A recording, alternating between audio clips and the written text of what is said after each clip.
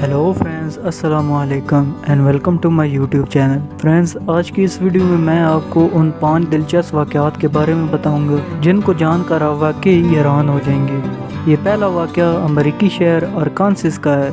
गदरी में लाइल होने की कहावत तो आपने सुन रखी होगी, लेकिन एक अमेरिकी खातून को वाकई रेत में से कीमती हीरा मिल गया है।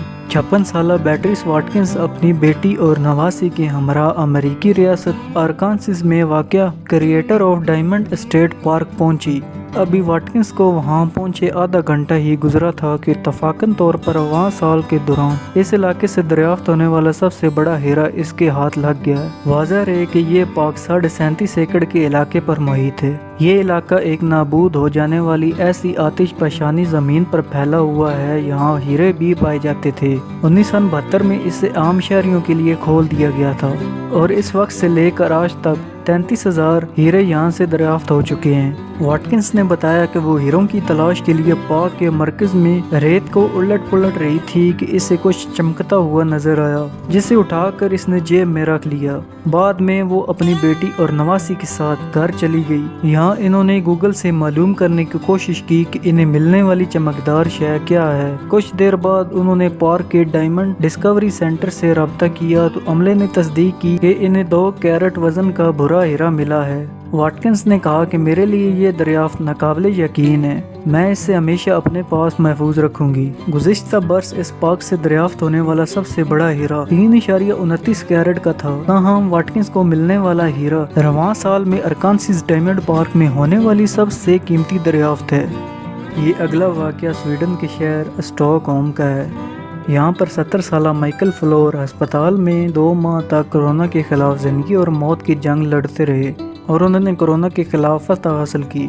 लेकिन जब अस्पताल ने बिल दिया तो मजबूत असाब और ताकतवर इम्यून सिस्टम वाले शख्स के छक्के छूट गए। आलमी खबर रसां अदारे के मुताबिक माइकल फ्लोर ने 70 साल की उम्र में कोरोना वायरस को बहादुरी से शिकस्त देने में कामयाबी हासिल की। इनके फेफड़े दिन ब दिन कमज़ोर होते गए और खून में क्लॉटिंग के बाइस 6 हफ्ते तक वेंटिलेटर पर रहे।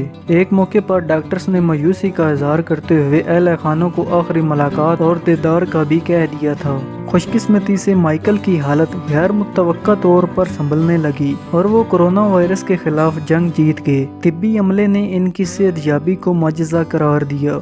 वो 2 माह तक अस्पताल में ज़ेर इलाज रहे, जो स्वीडन के किसी अस्पताल में ज़ेर इलाज रहने का तवील तरीन दौरानिया है। किसी करिश्मे की बदौलत सेहतयाबी पाने वाले माइकल फ्लोर को इस वक्त झटका लगा जब इनके घर 181 सफ़ात पर मुश्तमिल अस्पताल का बिल पहुंचा, जिसके जरिए इन्हें अस्पताल में 11,22,000 और $503 का बिल अदा करने का कहा गया, जो कि पाकिस्तानी रुपयों में 18 करोड़ 72 लाख की रकम बनती है। मजबूत असाब वाले माइकल फ्लोर पर अस्पताल का बिल बिजली की तरह बनकर गिरा और इनकी दिल की धड़कनें बेतरतीब हो गई, जिस पर इन्हें फिर अस्पताल लाया गया। ताहम इब्तदाई तिब्बी अमदाद के बाद वो बेहतर महसूस करने लगे। माइकल फ्लोर का कहना है कि बिल देखने के बाद मुझे जिंदा रह जाने पर अब अफसोस हो रहा है।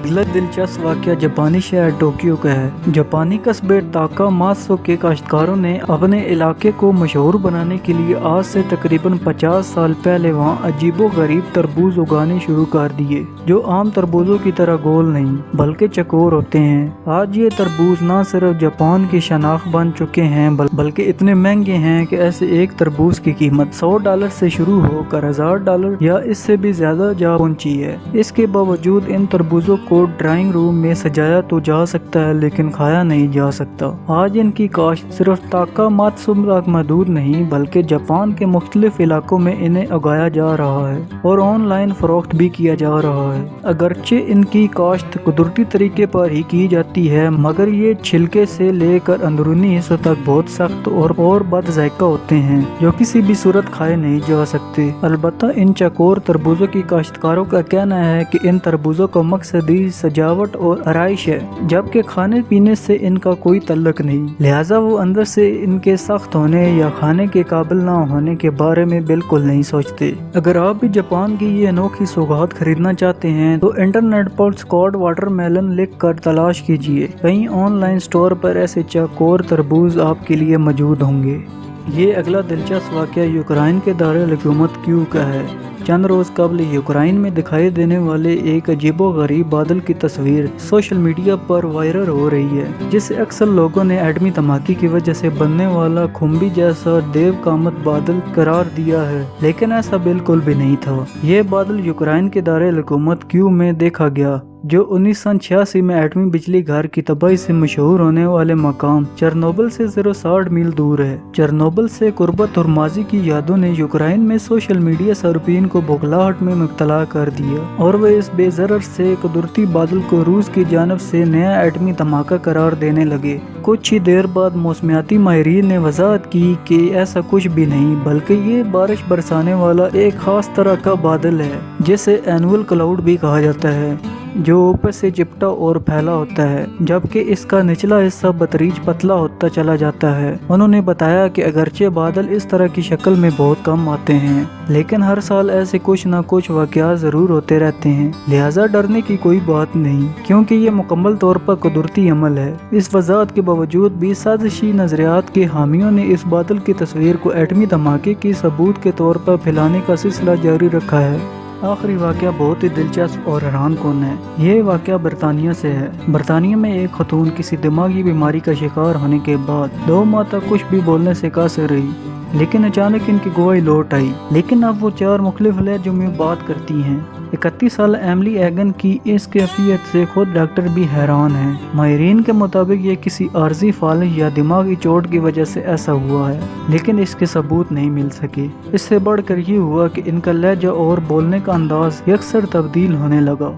2 माह तक एमिली कंप्यूटर ऐप और दीगर मशीनी तरीकों से अपनी बात करती रही थी। ताहम बाज़ माहिरीन ने इन्हें एक नायाब मर्ज का शिकार कहा है, जिसे फॉरेन असिस्टेंट सिंड्रोम या गैर मुल्की लहजे का अर्जा भी कहा जाता है, लेकिन ये कैफियत अब तक 100 अफराद में ही सामने आ चुकी है। एमिली को धीरे धीरे बोलने में मुश्किल हुई और ज़बान लड़खड़ाने लगी, और इसके बाद वो बिल्कुल खामोश हो गई। फिर जब आवाज़ वापस आई तो इनका लहजा किसी गैर मुल्की जैसा था, जिस पर लोगों ने इन्हें नस्ल परस्ती का ताना भी दिया, क्योंकि कभी इनका लहजा तालवी था और कभी इनका लहजा हिस्पानवी या फ्रांसीसी होने लगा था। इसके बाद खुद इनके लिए मुलाजमत जारी रखना भी मुश्किल हो गया। वाज़ह है कि ये कैफियत सबसे पहले 1960 में ही मंजर आम पर आई थी और अब तक सिर्फ 100 मरीजों में ही दरियाफ्त हो चुकी है।